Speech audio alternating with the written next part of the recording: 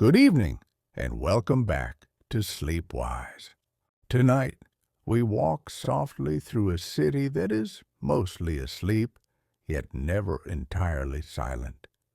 Even when the lamps are dim and the streets are empty, you can feel a kind of patience in the stone, the sense that someone once measured, lifted, joined, and checked each piece again and again until a whole world could rest on it. Somewhere far off, water murmurs in a channel you cannot see. A cartwheel squeaks once, then disappears. The air smells faintly of dust and old lime. Rome did not become vast by inventing a new trick for every place it touched. It learned to repeat what worked. A familiar roadbed, a familiar drain, a familiar way of counting grain and collecting dues. And suddenly, a hillside town could feel, in small ways, like the capital. Practical systems, copied with care, made distance feel shorter than it was, as if the empire had stitched the provinces with the same thread. And these systems were never only for spectacle. They served the ordinary day: water for cooking, pavement for carts, markets for bread, while also serving the hard needs of movement. An empire's strength is often measured in how quickly it can carry a message, a wagon, or a cohort along the same dependable paths people use to visit family or fetch supplies. The everyday and the strategic shared the same stones. Public works, too, spoke a quiet language: an arch rising over a channel, a paved street edged with stone, a fountain that never ran dry. These were not just conveniences, they were signals, visible proof that order had arrived and intended to stay. The city said, without shouting, that it could organize labor, collect resources, and turn them into stability, so that life could become routine instead of improvisation. Yet the secret was not only building. The secret was returning.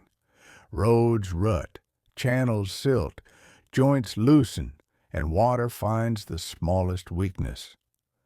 Romans understood that maintenance could matter as much as construction, because neglect is a slow kind of collapse. So teams inspected, patched, cleared, and rebuilt, often long after the original builders were forgotten and long after the first celebration had faded.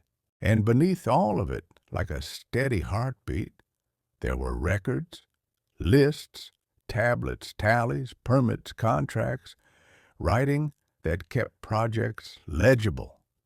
In that paper and wax world, planning and taxation and supply depended on words that could travel farther than any engineer, carrying instructions from desk to quarry, from storehouse to worksite, from city to province. As you settle deeper into bed, let the thought be gentle.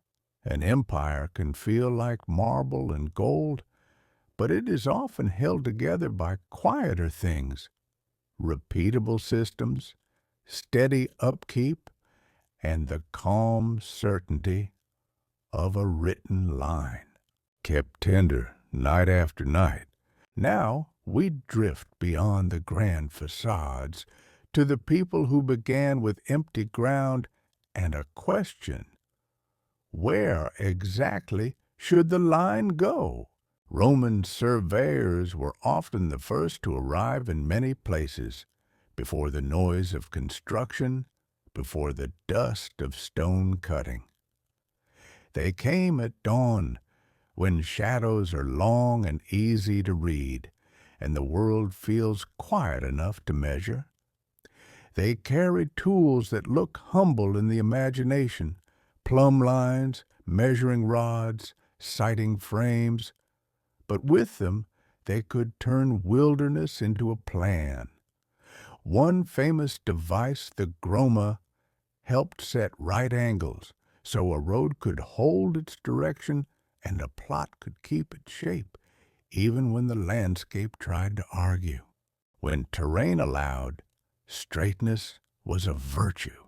A straight road was easier to measure, easier to patrol, easier to describe in orders. It reduced confusion, and in a world of foot travel and animal carts, confusion could become delay, and delay could become danger. So the Roman preference was often to keep a firm heading, bending only when hills, rivers, or marshes demanded a gentler compromise. The line was not stubbornness, it was clarity. To make these lines real, they left marks that outlasted the hands that placed them. Boundary stones and markers defined edges, private plots, public land, sacred spaces, the legal shape of a community. They helped prevent disputes, or at least gave arguments something solid to point at. A boundary, after all, is calmer when it is visible, and calmer still when it is inscribed, naming what is owned, what is shared, and what must be left alone. Consistency mattered too. Standard measurements, units like the Roman foot and longer measures used for fields and roads, made projects repeatable across regions. A mason in one town and a clerk in another could agree on what a number meant. That shared language of length and area reduced friction, the same way a shared language of time keeps a meeting from becoming a misunderstanding.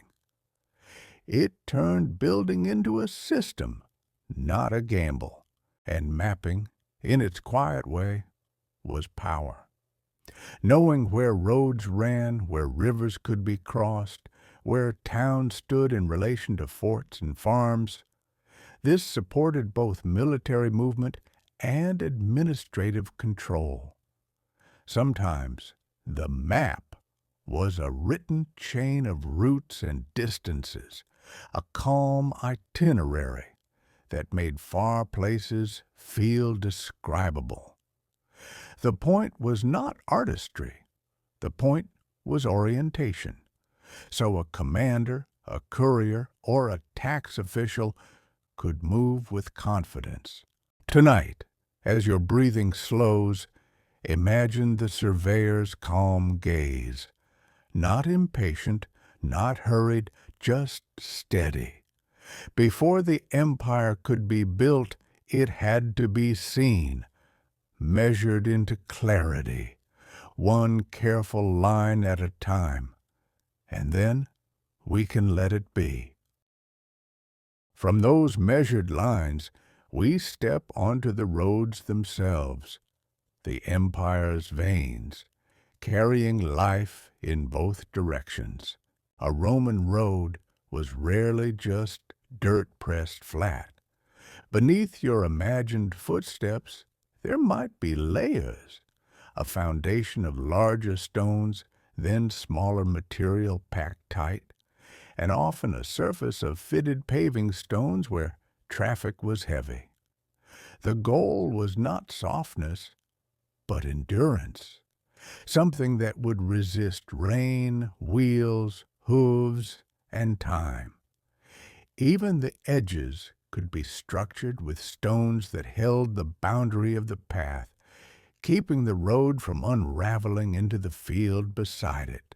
If you look closely in the mind's eye, many of these roads rise slightly at the center.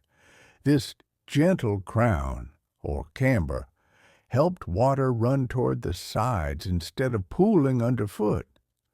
Drainage seems like such a small kindness, but It is the difference between a road that survives a season and a road that dissolves into ruts and mud. The Romans watched how storms behaved, and they shaped the road so the water would leave quickly, slipping away into shallow channels rather than settling in the seams.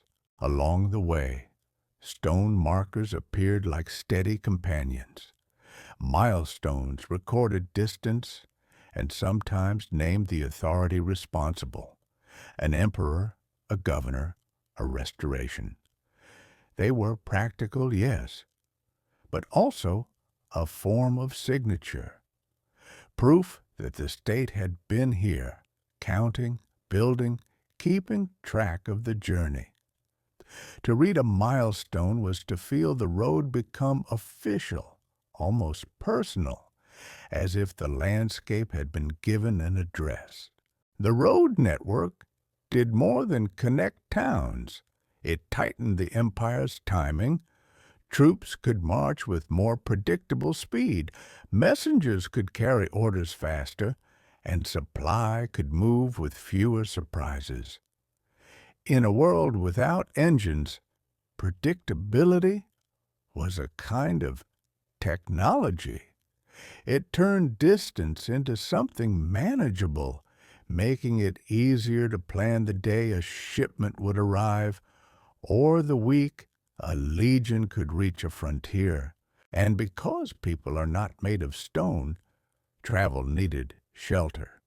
Inns, way stations, and official stopping points supported long-distance movement, places to rest, to change animals, to eat, to find news. Some stops were humble, some more organized, but together they formed a rhythm: walk, rest, continue. They made the empire feel traversable, like a necklace of lights across dark country. In the dark, you can almost hear the road remembering. Footsteps soften, then fade. A distant rider passes, carrying a sealed note, trusting the same stones you're standing on. The road does not ask who you are. It simply offers direction. Let your mind wander down one of these roads at night, when the day's clatter is gone. The stones hold their warmth a little longer than the air.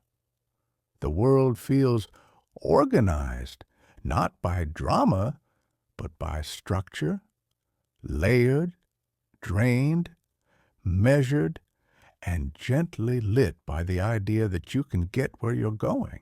Soon the road meets water, and the question becomes simple. How do you cross without surrendering the line you work so hard to draw? At night, a river feels like a moving thread of darkness. It carries reeds, moonlight, and the memory of rain. For travelers, it can also carry delay. So Roman builders learned to make crossings that held steady, season after season, turning uncertainty into a predictable step. Roman bridges often answered with the arch, an elegant curve that turns weight into a spreading force, guiding the load into supports rather than asking a single beam to endure it alone. The arch is patient geometry.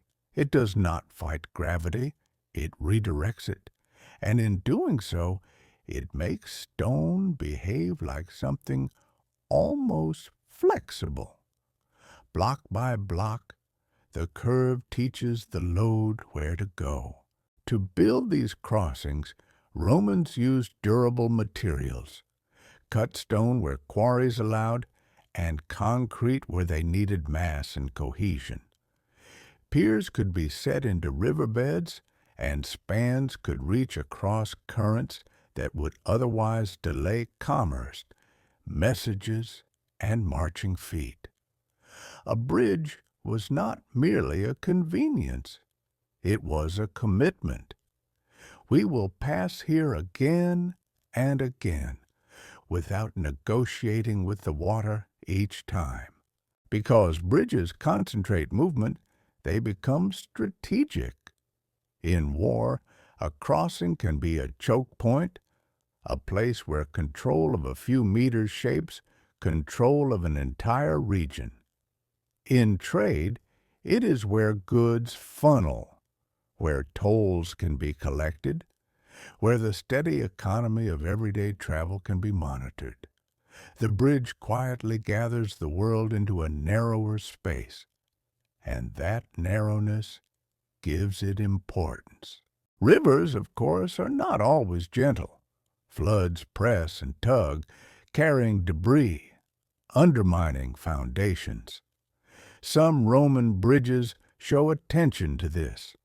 Features like pointed cutwaters on piers that split the flow, and robust foundations meant to resist scouring. Even without modern equations, builders learned by experience.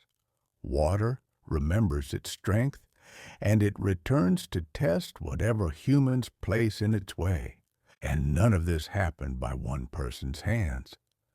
Bridge building demanded coordination. Stone quarried and transported, timber scaffolding raised, labor organized, mortar mixed, schedules managed. It was a choreography of muscle, craft, and oversight, all moving toward a moment when the temporary supports could be removed and the arch would hold itself. You can picture the scene in slow motion, ropes creaking, voices low, a foreman counting, a cart arriving with another load. The river keeps moving, indifferent, while the work rises above it, turning effort into permanence. As you lie still, let the image soften.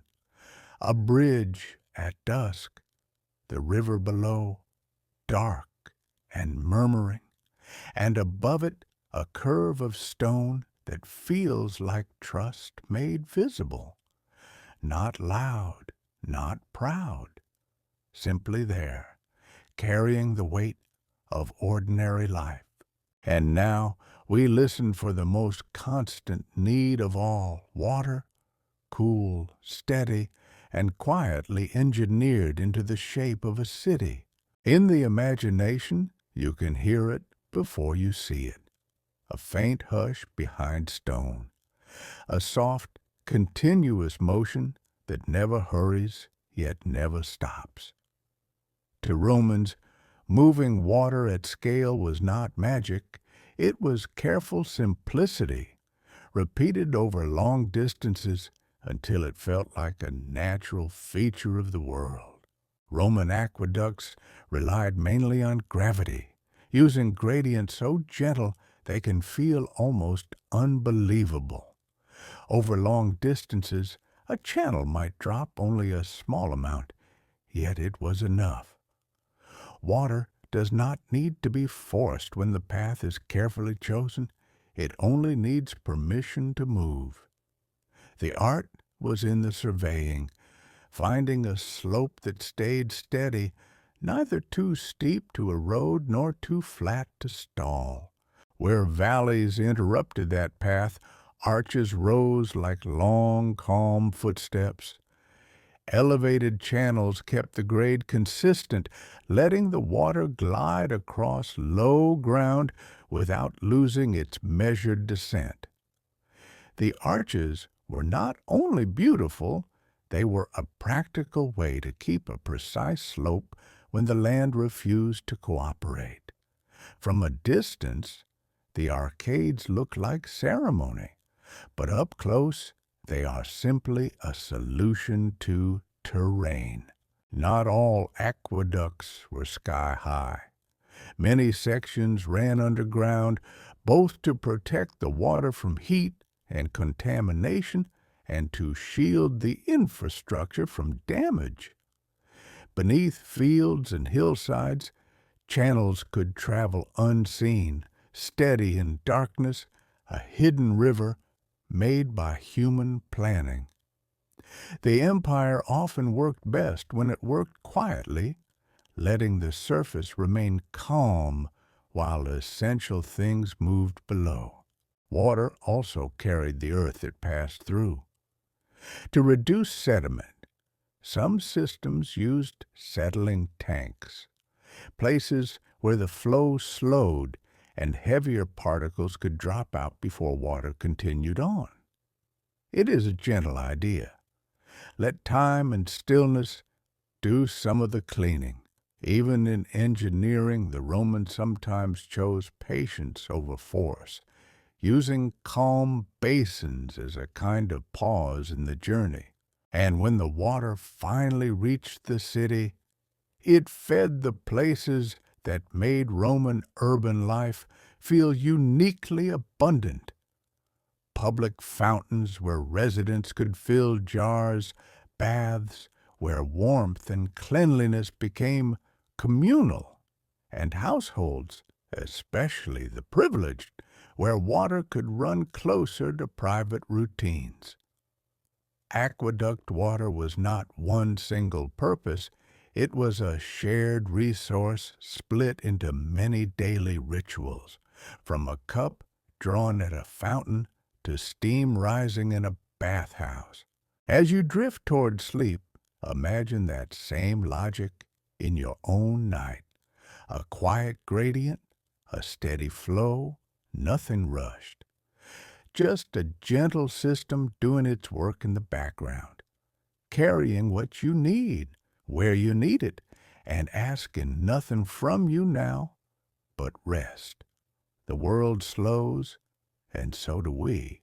Inside the city, the water's journey becomes more intimate. The long, patient channel that crossed hills and valleys now arrives at the edge of daily life, where 1,000 small choices decide where the flow will go.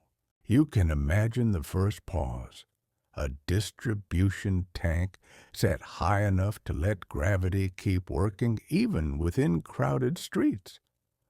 From these reservoirs, multiple lines could be fed at once, like a calm, branching tree.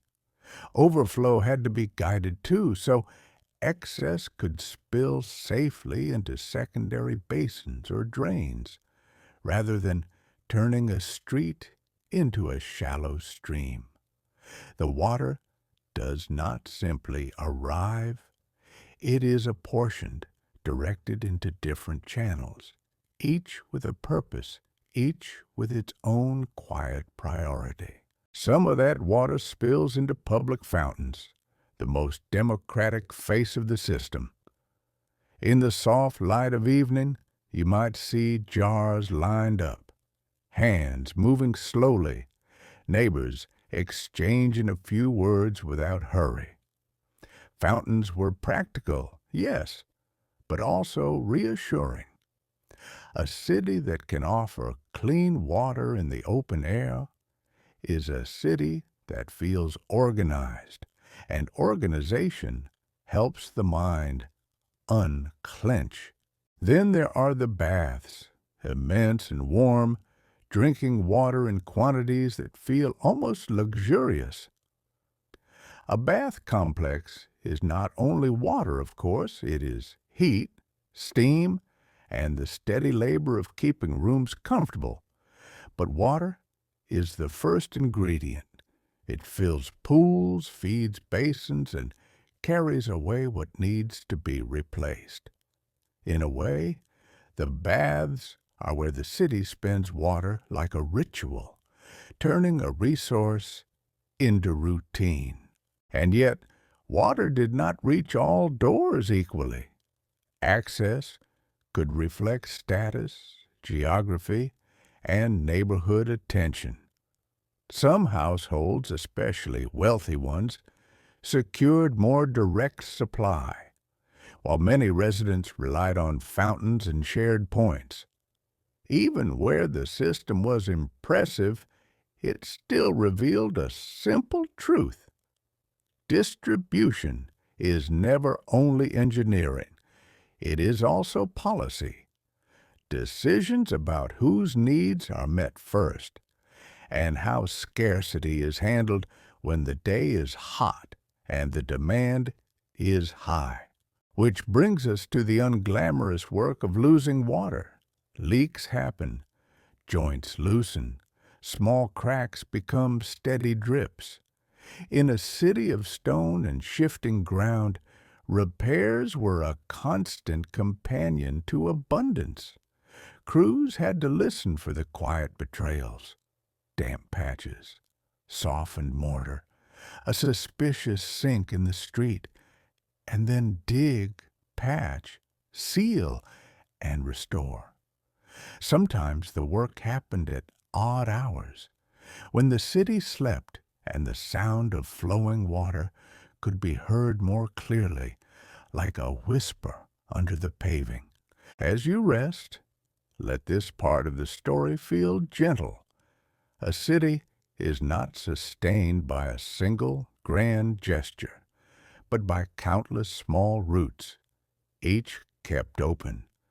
The flow divides, recombines, and continues, patient, practical, and quietly cared for, night after night. Follow one of those branching lines, and you arrive at the world of pipes, narrow, hidden corridors for water, built from whatever materials a city could shape and trust. Romans used more than one kind of pipe. Some were fashioned from clay, fired and joined like pottery made purposeful.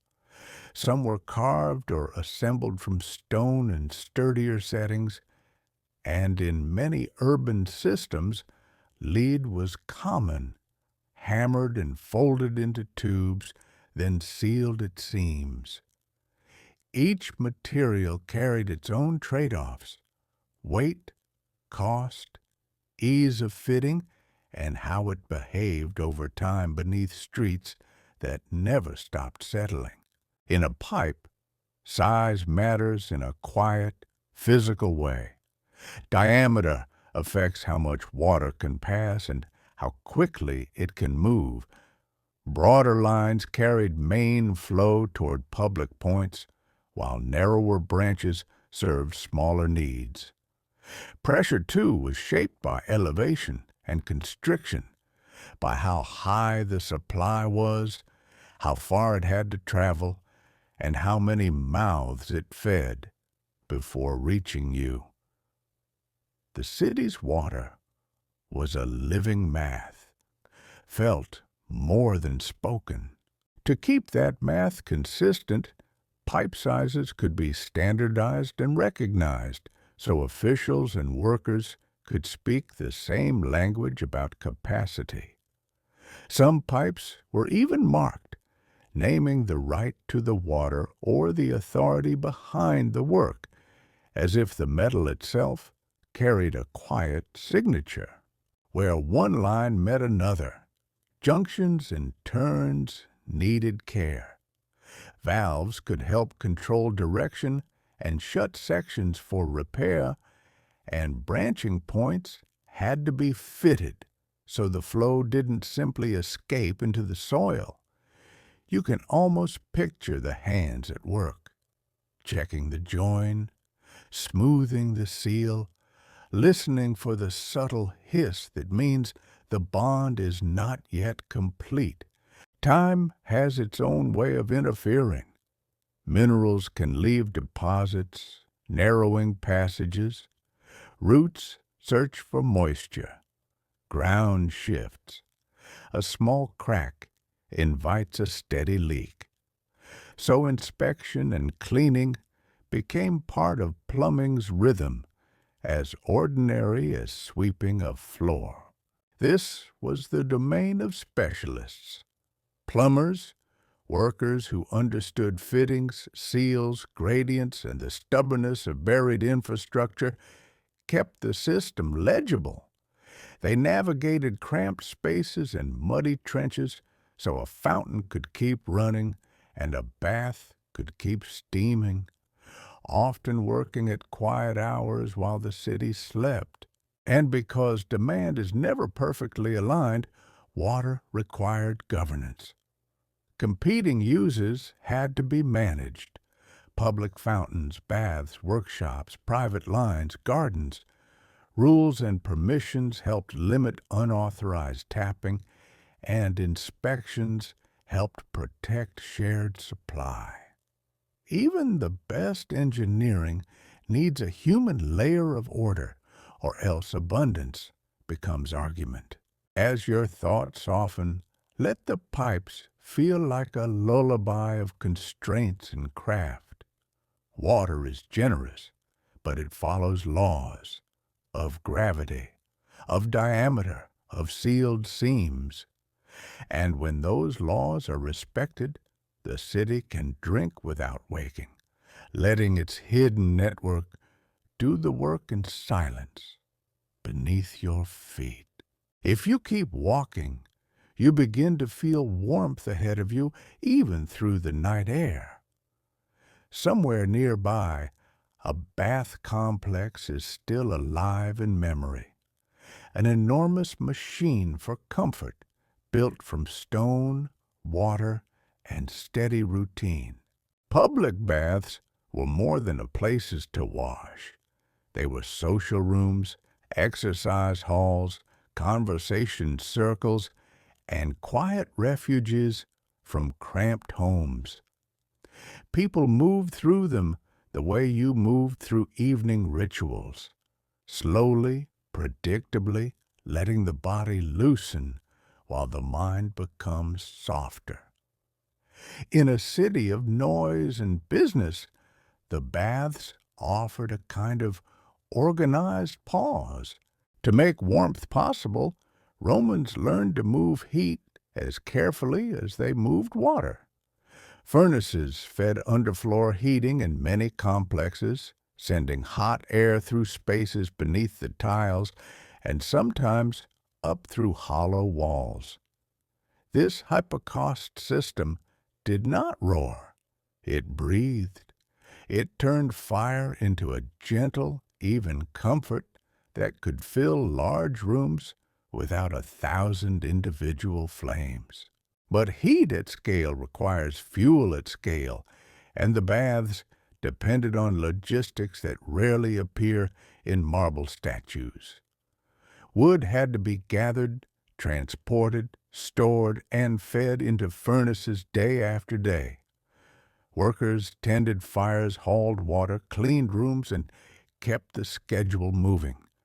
The baths were a civic amenity, but they were also a supply chain, an ongoing choreography of labor that kept the warmth arriving on time. Water, too, was in motion. Pools were filled, refreshed, and sometimes drained and cleaned, so that yesterday's comfort did not become today's burden. Even the act of keeping a basin clear required flow, outlets, and attention.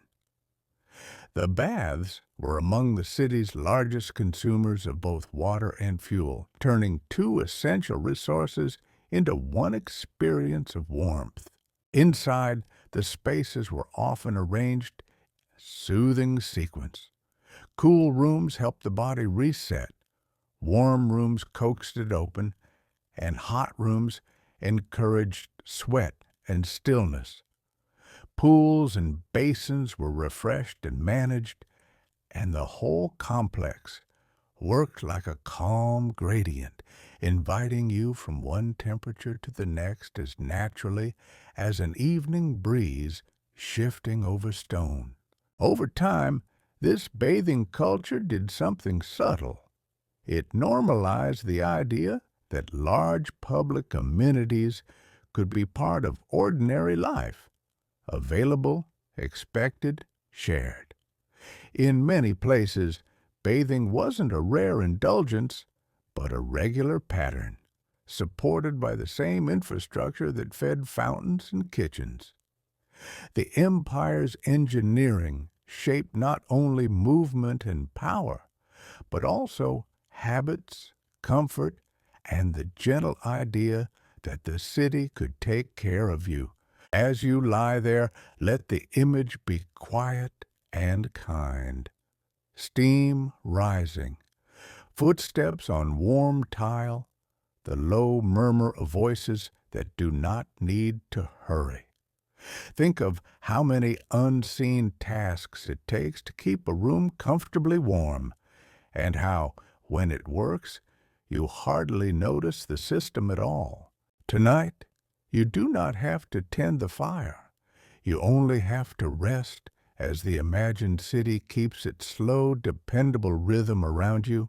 When you leave the warmth of the baths, the night air feels cleaner, and you notice another kind of flow, less celebrated, but just as essential. Beneath the stones, the city is always draining. Rain falls, roofs shed water, streets gather puddles, and life leaves behind waste. Without a path away, a city becomes heavy and sour, as if it cannot exhale. So Rome built channels, gutters, and drains that guided runoff toward lower ground. In the quiet after a storm, you can imagine thin streams slipping along the edges of paving, disappearing into openings that keep the surface walkable. Some systems were local and modest, carrying water from a neighborhood down toward a larger channel. Others became major sewers, collecting flow from many streets and sending it toward rivers and low points beyond the heart of the city. Famous main sewers, like the Cloaca Maxima, were part of this larger backbone, receiving tributaries from smaller drains. A great sewer is not glamorous. It is an agreement with gravity. What must leave will leave, and it will do so predictably, so that daily life can stay. Flooding was always a possibility, and the city's drainage choices often show an awareness of risk. Low-lying areas needed special attention. Openings had to be positioned so they didn't invite immediate backflow during heavy rain. In places, the scale of channels and the shaping of streets helped water move along rather than gather and rise. You cannot command a river, but you can offer rainwater a clearer route. And just like roads and aqueducts, sewers were not finished when they were built. They clogged. They filled with silt. Debris found its way in, so they needed clearing and repair, a kind of underground housekeeping. Workers entered narrow, damp corridors with tools and lanterns, doing the quiet labor that prevents a city from turning inward on itself. Maintenance, again, was the difference between a system that lasts and one that becomes a hidden hazard. Sanitation, though, was uneven. In different districts, standards varied widely. Some areas better served by drains and flowing water, others relying on simpler arrangements. Infrastructure is never perfectly uniform, even in a powerful city. It reflects priorities, resources, and the slow history of how neighborhoods grew. The result is a patchwork. Impressive capacity in some places, improvisation in others. Tonight, let this hidden layer feel oddly comforting. There is something soothing in knowing that the city planned for what must be carried away. Not everything needs to be held. Some things are meant to move on, to return to the river, to dissolve into distance. The world slows, and even the unseen currents beneath the street keep their gentle work, making room for morning while you sleep without complaint. Now we come to a quieter power, one that doesn't sparkle like bronze or shout like marble. It sits in walls and vaults, in foundations and piers, doing its work by simply staying where it was placed. Roman concrete, humble, adaptable, and enduring, helped the city hold its shape. At its heart was a simple chemistry. Lime, burned and slaked, became a binder, and into it builders mixed aggregates, sand, gravel, fragments of stone, even broken brick. The exact mix could change with the purpose: a sturdier body here, a lighter fill there, a faster setting batch, when the work needed to keep pace with daylight. Concrete was not one recipe, it was a family of recipes, adjusted to place and need. In many regions, builders added volcanic ash or similar pozzolanic materials which could improve strength and durability, especially in wet environments. It's a gentle kind of advantage, a material that reacts over time, slowly becoming more stable as if the wall continues to settle into confidence. This helped certain structures resist weather and even the long conversation with water that ruins lesser mortar. Concrete also expanded what could be built. With it, Romans could form complex shapes, thick walls that curve, vaults that span, interiors that feel vast without a forest of columns. You can sense the freedom in that.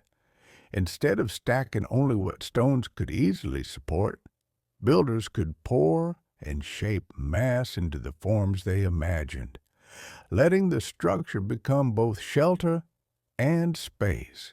To pour a shape, you first need a mold. Timber formwork held the wet mixture until it could stand, and timing mattered. Support it, let it cure, then move on. In some coastal works, concrete could be placed in wet conditions, helping form durable harbor structures. Often that poured core was paired with facing, stone or brick on the outside, giving a clean surface and a dignified look, while the concrete within provided bulk and strength. The eye saw craftsmanship. The hidden core carried the load. It was a partnership between appearance and performance, between what the city wanted to show and what it needed to endure. And knowledge of these mixes spread largely through practice. Builders learned by doing, by watching what cracked and what held, by repeating successful methods and passing them along through crews and workshops. Not every lesson lived in a book. Many lived in habit. How wet to make the mix, how to place it, how long to let it set, how to protect it from drying too fast in the sun. As you drift, let this feel like a lesson in quiet strength. The most important materials are often the least noticed. They do not ask to be admired. They simply bear weight, night after night, allowing arches to stand, baths to warm, and roads to meet bridges with confidence. In the calm dark, you can almost hear it, the soft patience of a wall that has been holding the world for centuries. As the city grows heavier with stone and purpose, its shapes begin to curve. Straight walls give way to arcs, and weight learns how to travel sideways instead of straight down. An arch is a quiet negotiation with gravity. Rather than resisting the load above it, the curve guides that weight outward, sending pressure along its stones and into the supports on either side. Each block presses against its neighbor in compression, and together they hold steady. No single piece carries the burden alone. Strength emerges from arrangement. A keystone set near the top can lock the curve into place, turning many separate stones into one continuous idea. To build an arch, workers first raised temporary wooden centering, a gentle scaffold shaped like the curve itself.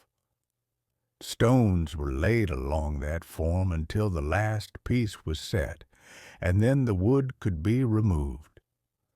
The moment of removal must have felt like a held breath released, the structure standing on its own, not by stubbornness, but by geometry. Extend an arch forward, and it becomes a vault. The same logic repeats bay after bay, allowing long spaces to be covered without forests of timber. Barrel vaults can feel like stone tunnels turned into rooms, and groin vaults, where two vaults intersect, help distribute forces into four corners, freeing the walls for doors, niches, and air. A vault is simply an arch that decided to keep going, and when the curve closes in on itself, it becomes a dome. Here, forces gather and descend in a controlled circle, guided into thick walls, supporting rings, and sturdy piers. Some domes were made lighter as they rose, using thinner layers or voids so the upper portions carried less weight. Coffers, sunken panels could reduce mass while also catching light, so the ceiling feels both lighter and deeper at once. These forms did more than solve engineering problems. They created large interior spaces where civic life could breathe. Basilicas for business and judgment, baths for routine warmth, halls for gatherings protected from sun and rain. Over time, structure became style.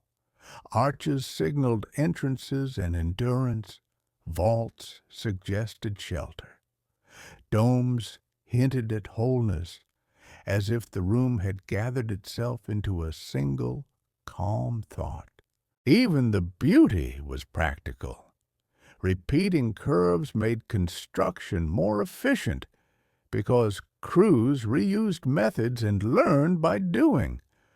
What looked monumental often came from repetition, a pattern refined until it felt inevitable.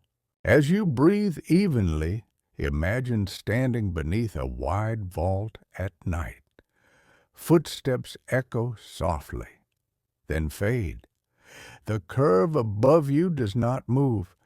It has been holding the world for so long that it feels less like a building and more like a quiet rule, reliable enough for the mind to rest beside it.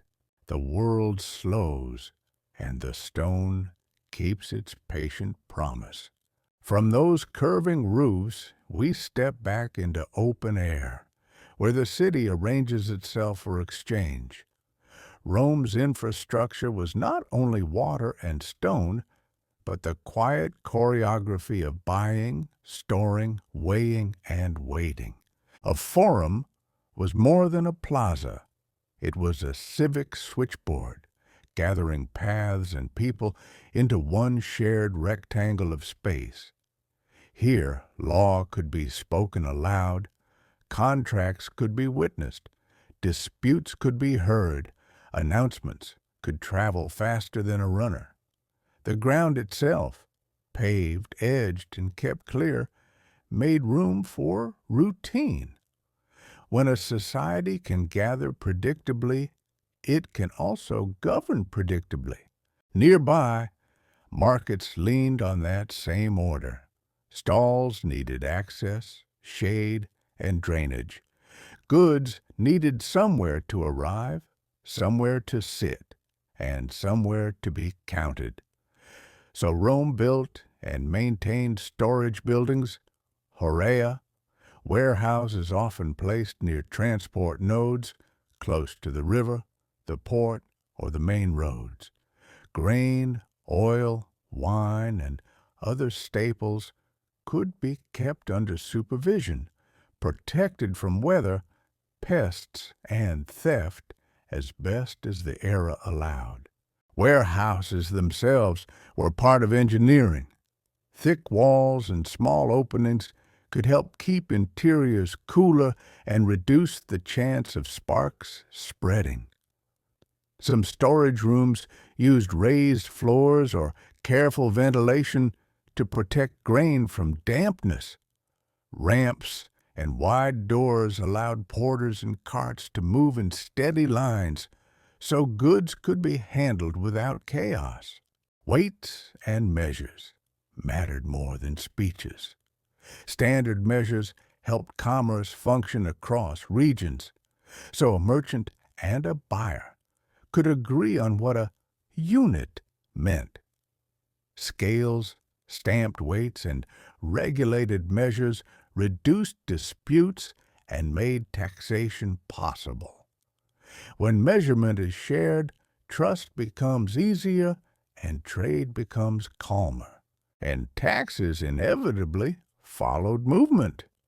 Customs duties and tolls were tied to controlled entry points such as gates, bridges, and ports, places where goods naturally slowed.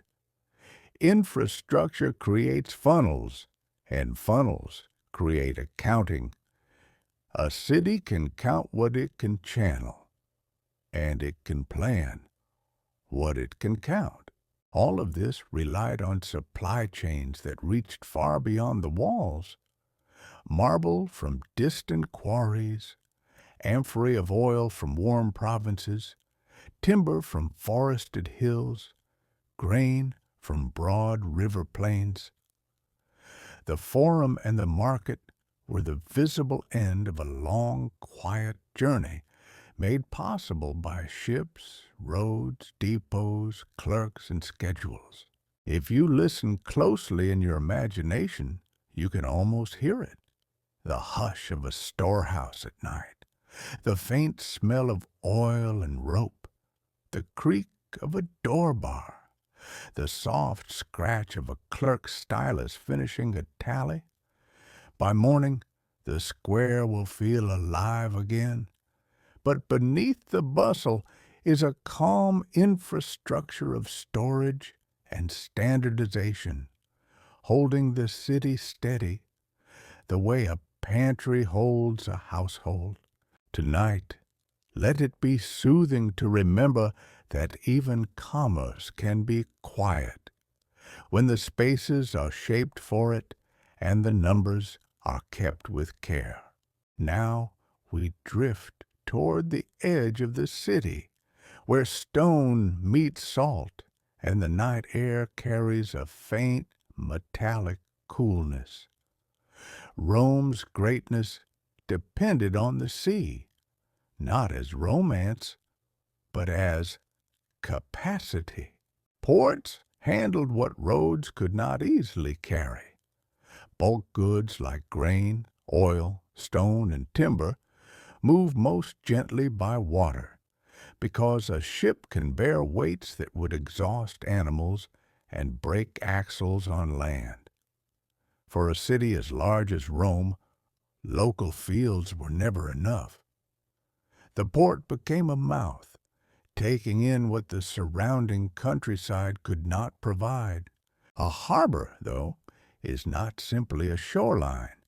It needs quays and moorings, space to load and unload, and protection from waves. It needs storage nearby, because goods often arrive in bursts, while consumption is steady. It also needs maintenance. dredging to keep channels deep enough, repairs to walls and piers, and constant attention to silt that quietly tries to reclaim the basin. At Rome's main seaward gateway, the work was so important that emperors invested in new basins and protective walls. Ostia served as an older river port, and later Portus added larger harbor works, with breakwaters and basins designed to shelter ships and speed unloading.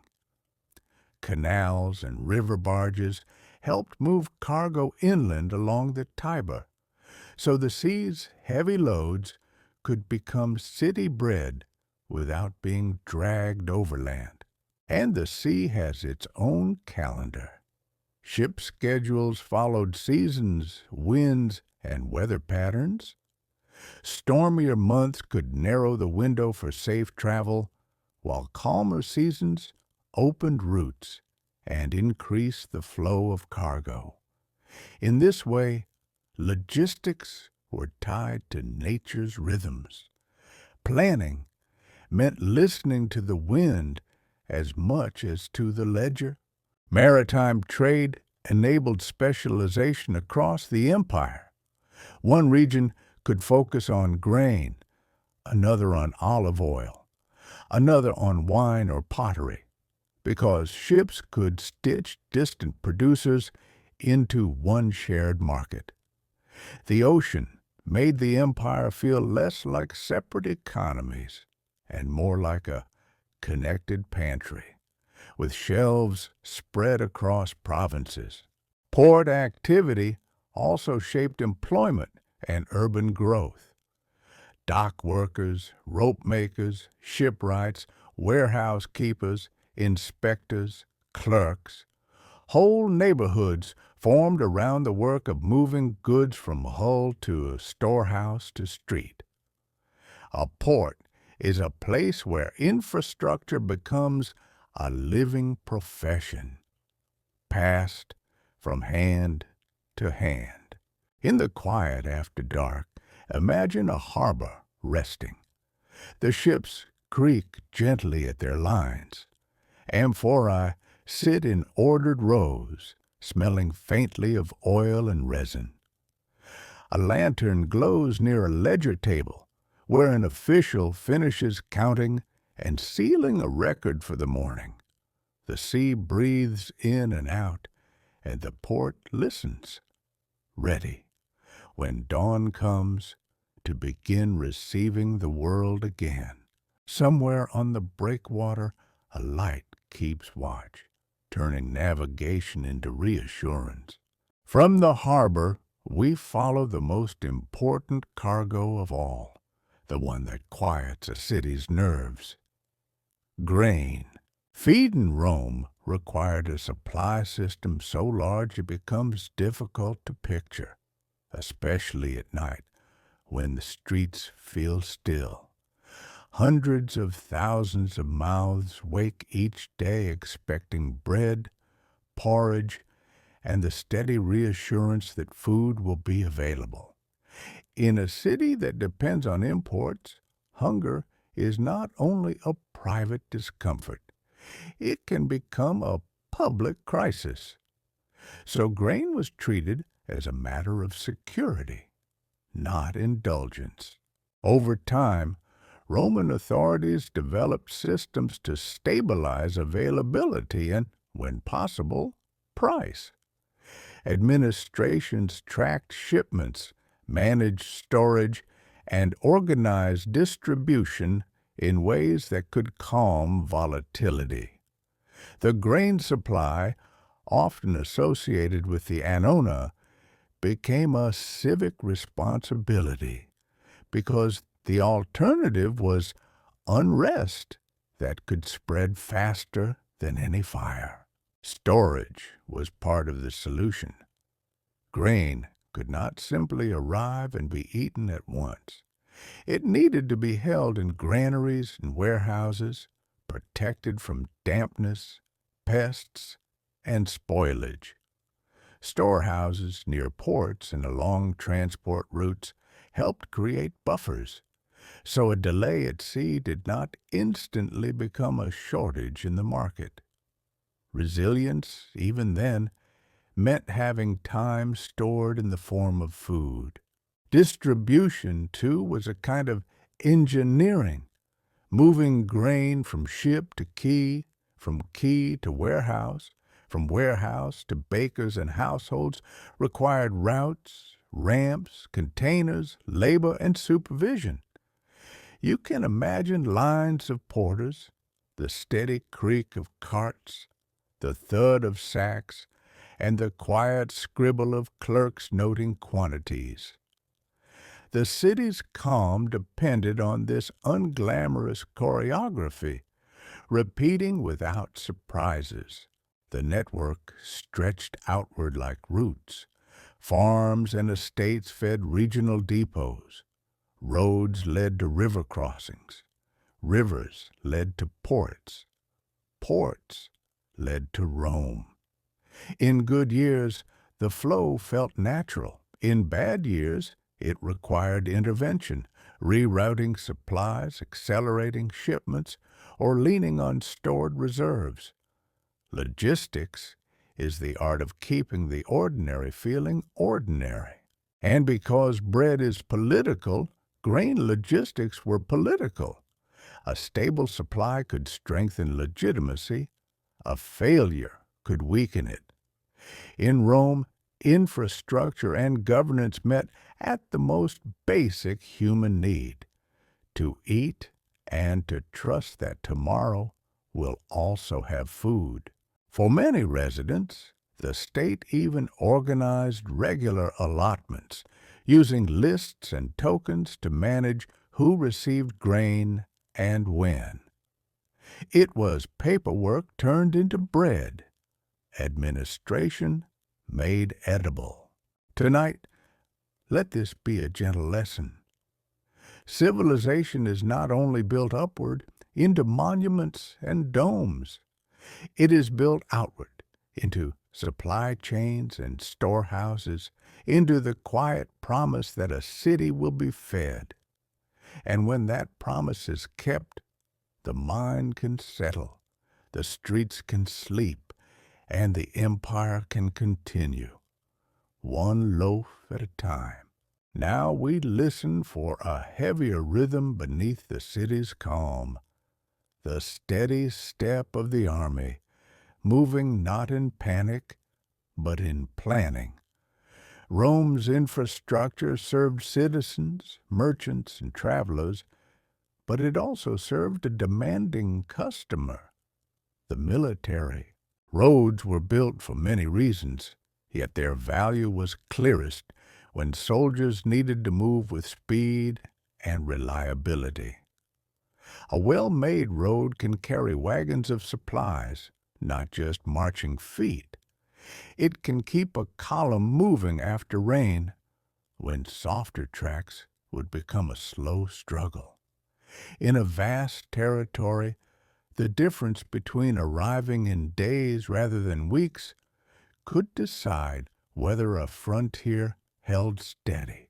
Supply, in particular, shaped engineering choices. Armies consume food, fodder, tools, and replacement parts, and they need them on time. A route that can support carts and pack animals is more than a path. It is a promise that logistics can keep up with strategy.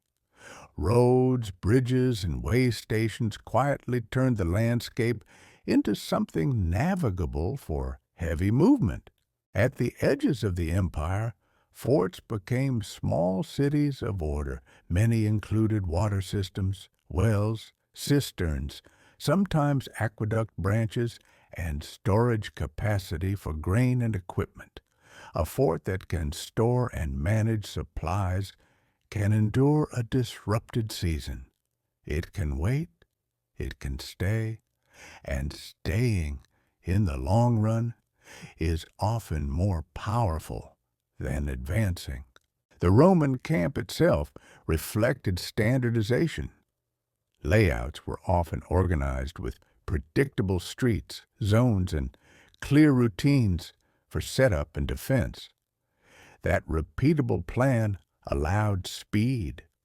Soldiers could arrive, measure, stake, and build with muscle memory.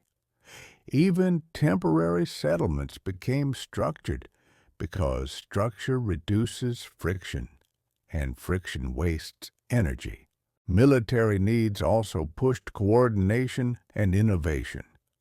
When a bridge had to be rebuilt quickly, when a road needed repair to keep supply moving, when a river crossing had to be made passable, the empire learned to mobilize labor and materials.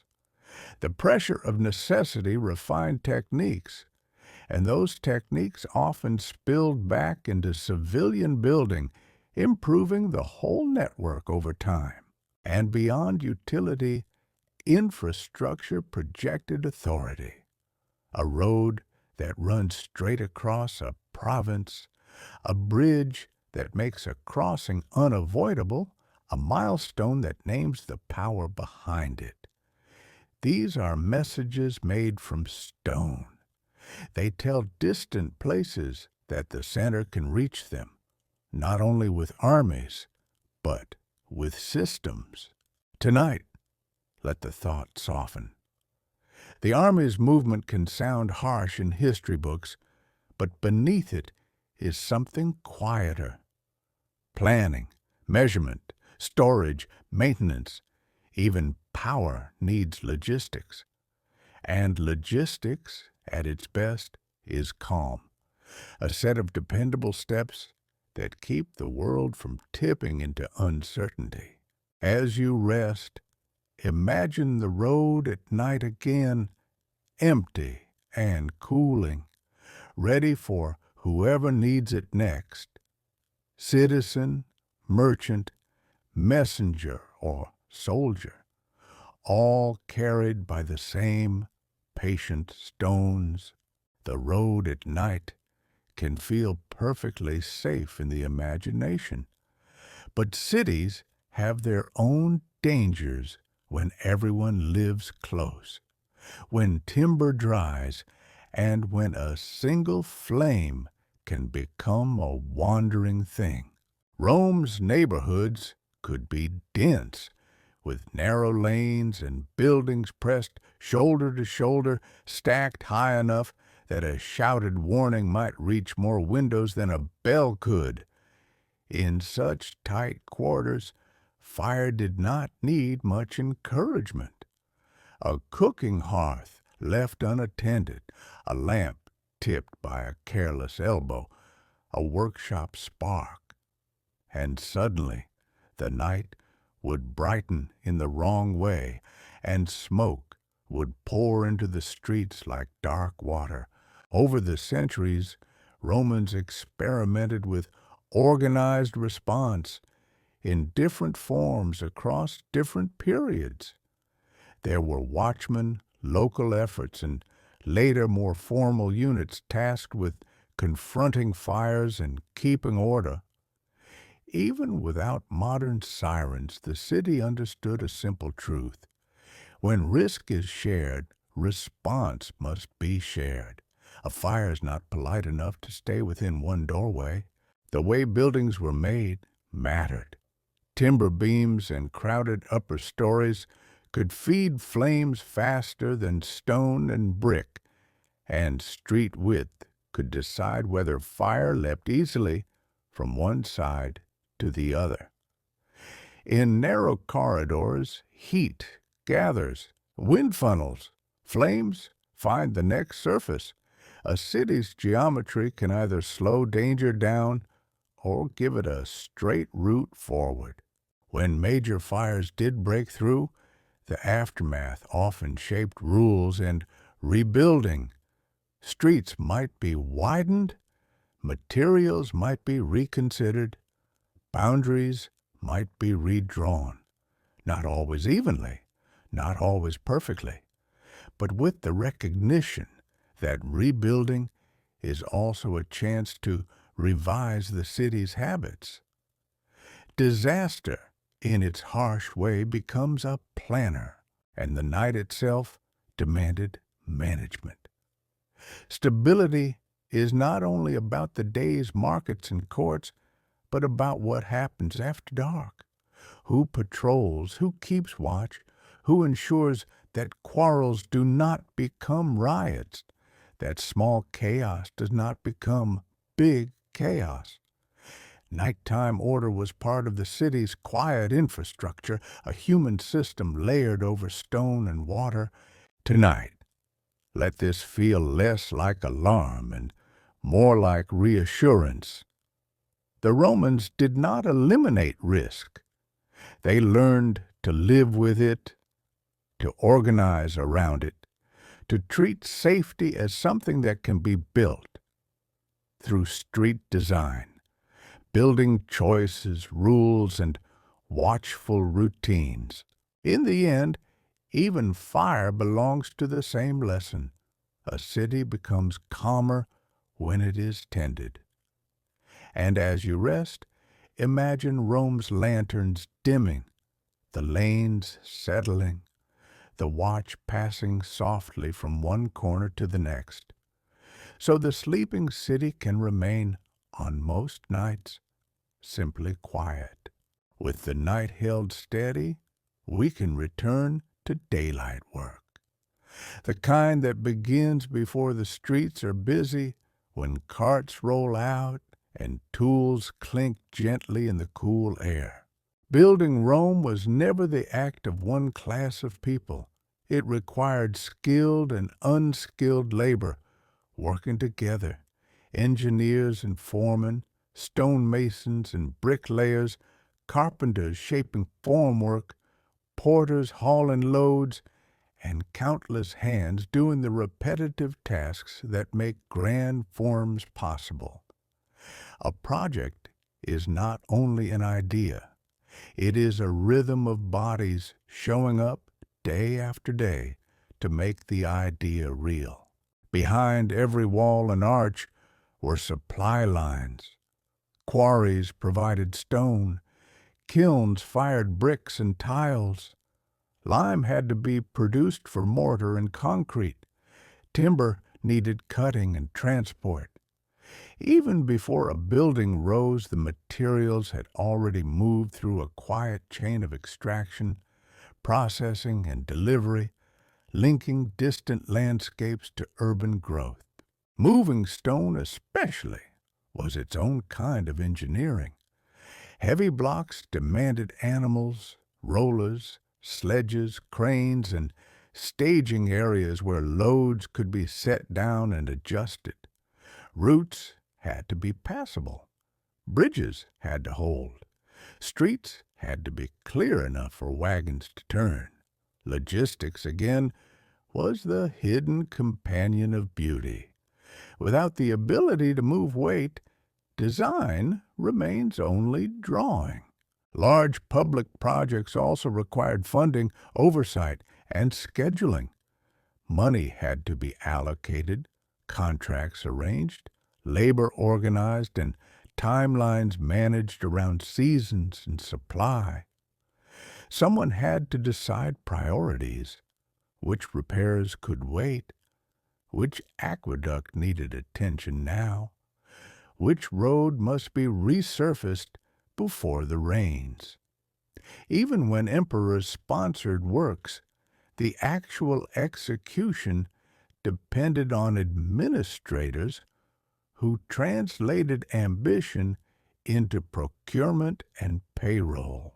And sometimes the city left small signatures of this organization in stone. Inscriptions recorded sponsors, restorations, and dedications, names carved to remember who paid, who rebuilt, who claimed credit for returning a fountain to life or repairing a collapsed span. Not every inscription was vanity. Some were accountability, a public note that someone had taken responsibility for a piece of the city's health. Tonight, imagine a work site not as noise, but as calm coordination. A chalk line, a measured distance, a foreman counting loads, a clerk recording deliveries. The ordinary miracle is that so many moving parts can align without falling into confusion. And there is a gentle comfort in that thought. Civilization is not only a story of rulers, it is a story of organization, of people who learn to work together, to share standards, to move materials, to plan, and to finish what was started. As your breathing slows, let the city's construction soften into something almost like a lullaby. The steady scrape of stone, the quiet lift of a crane, the murmur of workers coordinating without hurry, building a world sturdy enough to sleep inside. Once a city is built, the truest test begins. Can it keep going? Rome's roads, for all their strength, did not remain perfect on their own. Traffic wear surfaces, rain find seams, drains clog with silt and leaves. So roads needed resurfacing, edge stones needed resetting, and drainage channels needed clearing again and again. A road is not a single achievement. It is a relationship with time, renewed through routine work. Aqueducts, too, demanded vigilance. Over long distances, small leaks can become serious losses, and blockages can starve a district of water. Sections had to be inspected, sediment removed, joints repaired, and channels kept clear. Sometimes the work happened far from the city, in lonely stretches of countryside where the only sound was wind and running water, and a small crew with tools and patience. Public buildings were rarely frozen in their original purpose. They were repaired, modified, and repurposed across generations. A hall might be restored after damage. A bath might be renovated. A market structure might be adapted to new needs. The city was a living artifact, not a museum piece, and its infrastructure survived partly because people treated it as usable, not sacred, and neglect could collapse systems faster than war did. An invading army may break a bridge, but neglect breaks 1,000 smaller things quietly, so that when stress arrives, nothing holds. Blocked drains become floods. Unrepaired leaks become shortages. Unmaintained walls become weak points.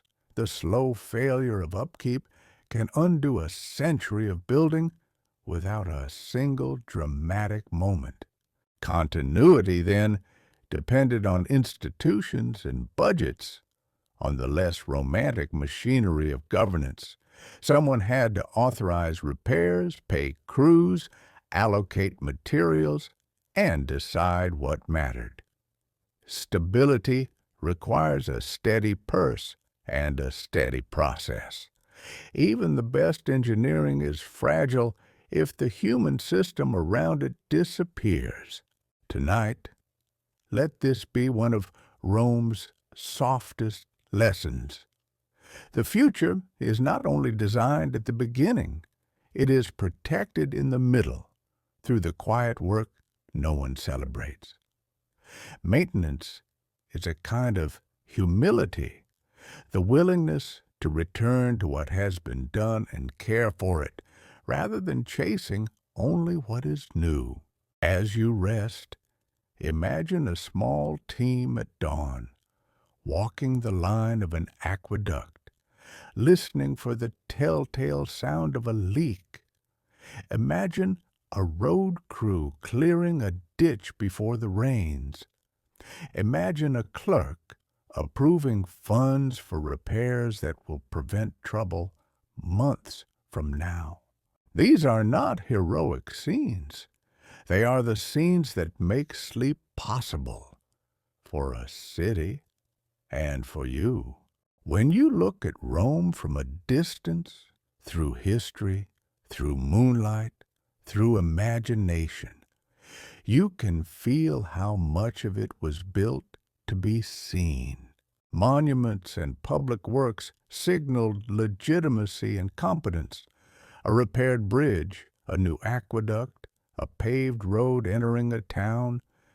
These were physical statements that governance had reach and that someone could turn resources into reliability. Power does not always persuade with words. Sometimes it persuades with functioning infrastructure.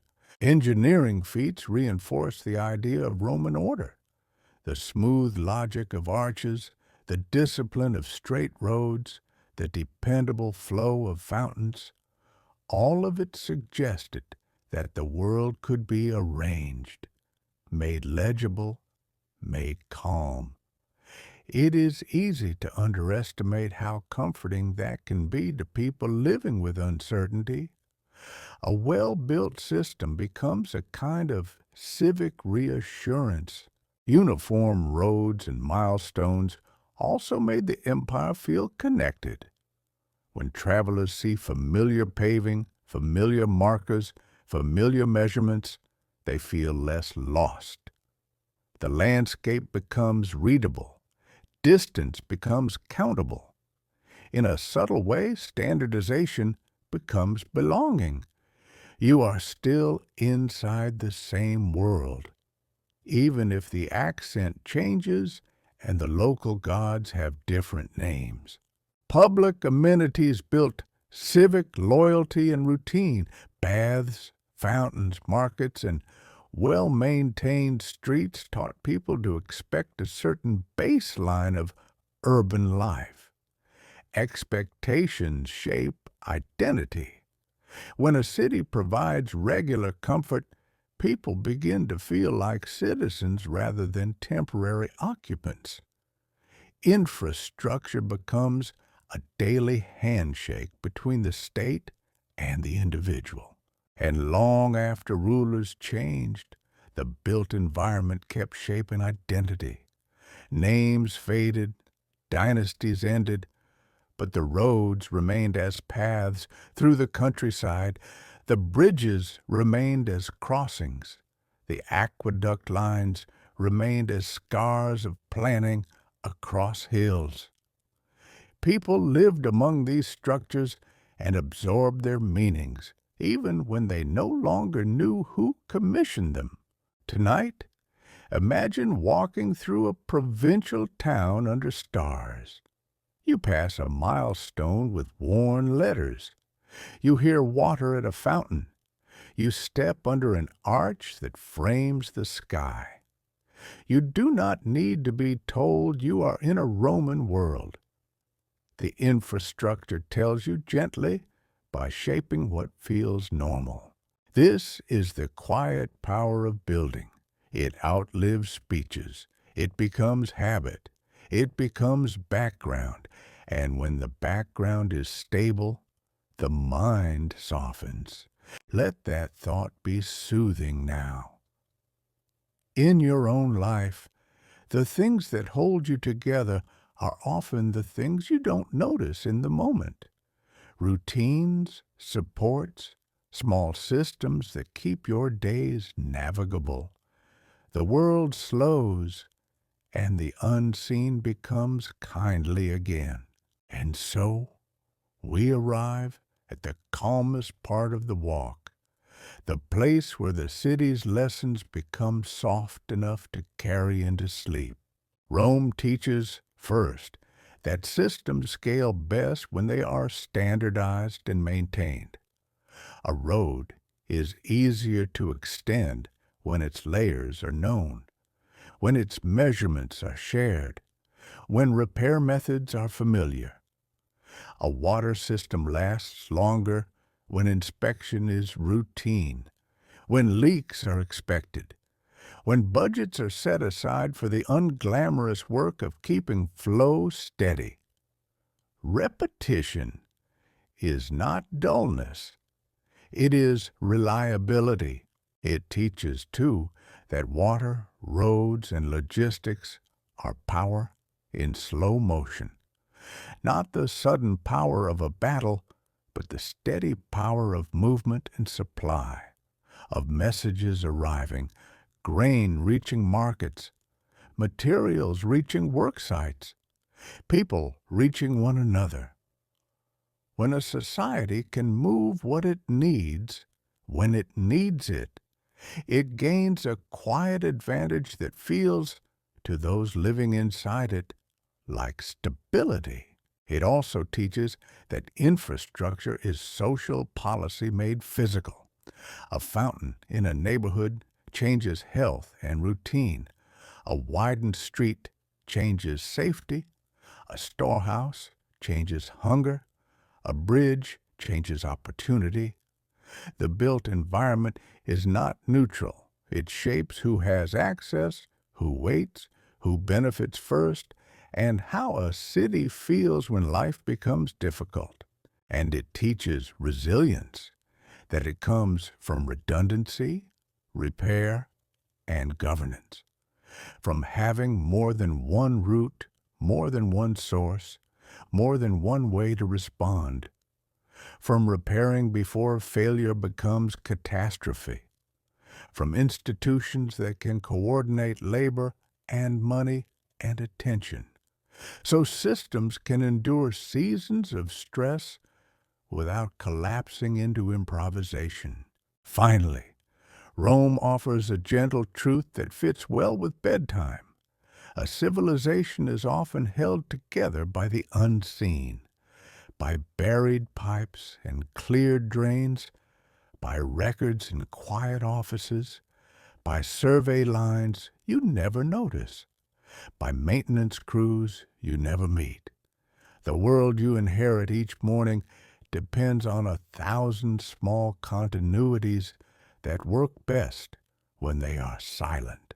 So tonight, let the empire fade back into darkness, not as conquest, not as drama, but as a sleeping city humming beneath stone. Let the aqueduct's gradient become a lullaby. Let the road's camber become a gentle slope your thoughts can slide down. Let the storehouse become a pantry of calm. The world slows, and so do we. Good night.